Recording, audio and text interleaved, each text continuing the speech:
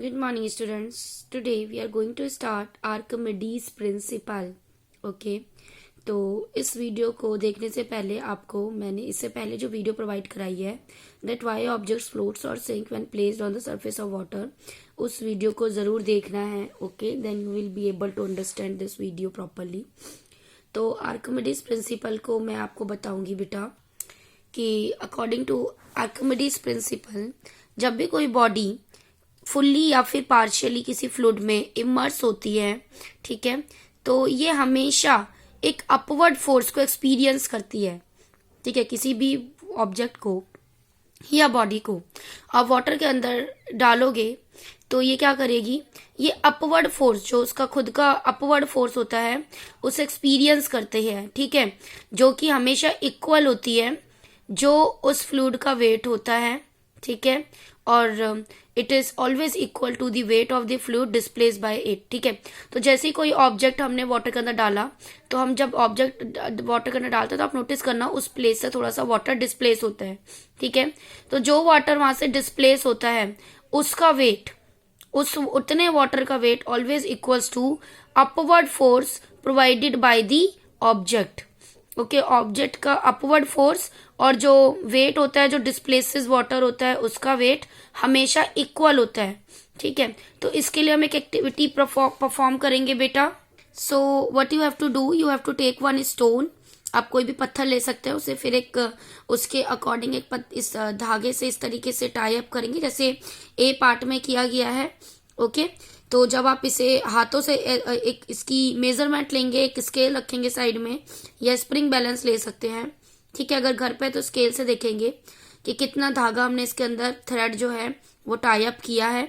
ठीक है, फिर उसके बाद इसे एक बीकर लेंगे, उसके अंदर पानी फिल करेंगे, उसके अंदर इसे धीरे धीरे धीरे धीरे इमर्स करेंगे.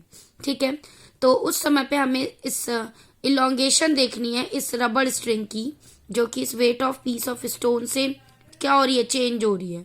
ठीक है, अच्छा एक बात बताना भूल गई, जो थ्रेड आप इससे टाई अप करोगे it should be of elastic.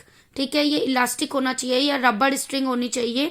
ठीक है, या स्प्रिंग बैलेंस होनी चाहिए जिससे कि जब स्ट्रेच हो तो उसकी मेजरमेंट हम देख सके कि कितना स्ट्रेच हुआ. ठीक है, तो हम देखेंगे एयर के अंदर जब हमने इस तरीके से इसे ओपनली टाई अप किया था तो उसकी क्या वो हो रही थी, बैलेंसिंग. तो उस दौरान उसकी इलोंगेशन कितनी हुई थी, फिर वाटर में डालने के बाद उसकी इलोंगेशन कितनी हुई. ठीक है, तो जब हम उस इलोंगेशन देखेंगे स्ट्रिंग की तो हम देखेंगे कि जो बैलेंस थी स्ट्रिंग बैलेंस की रीडिंग वो डिक्रीज हो रही थी जैसे ही वाटर के अंदर हम उस स्टोन को ले जा रहे थे. ठीक है, फिर उसके अंदर हमने कोई चेंज तो नहीं देखा एज सच, बट स्टोन जो था जब वो पूरी तरह से इमर्स हो गया वाटर के अंदर, ठीक है, तो फिर उसके दौरान उसके चेंजेस दिखने बंद हो गए. ठीक है, तो what do you infer from the decrease in extension of the string और the reading of the spring balance. अब आपने इस चीज से क्या सीखा कि उसकी डिक्रीज क्यों हो रहा था. ठीक है, रीडिंग में तो क्योंकि हमें पता है जो इलोंगेशन होती है स्ट्रिंग के अंदर जो प्रोड्यूस होती है या स्प्रिंग बैलेंस के अंदर प्रोड्यूस होती है वो वेट ऑफ स्टोन की वजह से प्रोड्यूस होती है. जो भी चीज के अंदर हम टाई अप करते हैं उसकी वजह से रिड्यूस हो रही थी.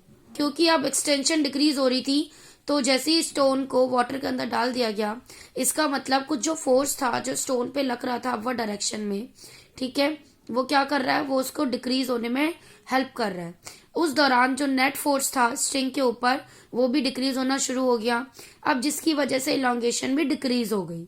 ठीक है, अब इस चीजों के बारे में हमने पहले भी पढ़ा था कि जब भी अपवर्ड फोर्स एक्सर्ट होता है वाटर से, ठीक है, तो इसे हम बायोंसी बोलते हैं, force of buoyancy. So first question arises here, what is force of buoyancy? So whenever the upward force exerted by the water it is known as the force of buoyancy. Water की वजह से object के ऊपर जब भी कभी कोई upward force लगता है तो उसे बोलते हैं फोर्स ऑफ बायोंसी और वो ऑब्जेक्ट ऊपर तैरता रहता है. ठीक है, अब यहाँ पे बात आ रही है मैग्नीट्यूड ऑफ बायोंट फोर्स का क्या रहा होगा बॉडी का. ठीक है, क्या ये सेम रहा था फ्लूइड के अंदर या चेंज हुआ था. ठीक है, तो इन सभी क्वेश्चन के आंसर आर्किमिडीज प्रिंसिपल देते जो कि मैंने अभी आपको बताया. अब बात आती है आर्किमिडीज कौन थे. तो आर्किमिडीज एक ग्रीक साइंटिस्ट थे जिन्होंने एक प्रिंसिपल डिस्कवर्ड किया था. ठीक है, जिसका नाम उन्होंने अपने नाम पे ही रखा था क्योंकि उन्होंने डिस्कवर किया था। अब जब उन्होंने नोटिस किया कि वाटर जो होता है किसी भी बाथटब में वो ओवरफ्लो होता रहता है जब तक कोई चीज उसके अंदर पुट ना कर दी जाए, ठीक है। सो उन्होंने इस चीज को देखा, ओके, और फिर वो स्ट्रीट्स में शाउट करके भागने लगे, यूरेका यूरेका, जिसका मतलब था I have got it, I have got it. जिस नॉलेज ने उन्हें हेल्प किया था to determine the purity of the gold in the crown made for the king, ठीक है। अब इस नॉलेज ने ही उन्हें हेल्प की थी कि गोल्ड की प्योरिटी फाइंड आउट कर सके, जो कि किंग के लिए क्राउन बन रहा था। उस क्राउन की प्योरिटी चेक करने के लिए प्रॉपर गोल्ड से बनी है कि नहीं है। तो उनका जो वर्क था इन फील्ड ऑफ ज्योमेट्री और मैकेनिक्स, उसी चीज ने उन्हें बहुत फेमस किया। और उनके जो लीवर्स, पुलीज, व्हील्स और एक्सेल के जो कॉन्सेप्ट थे उन्होंने बहुत हेल्प किया हम लोगों को भी आज इस चीजों से अवगत कराने के लिए, ठीक है। तो इनका जो प्रिंसिपल है इसके बहुत सारे एप्लीकेशंस हैं। इसका यूज किया जाता है for designing ships and submarines, lactometer which is used for determine the purity of sample of milk, and hydrometer use for determining the density of liquid. ये सब इसी प्रिंसिपल पे बेस्ड है। Okay students, so hope you have understood this principle. So if you find any doubt you can ask to me. So thank you class.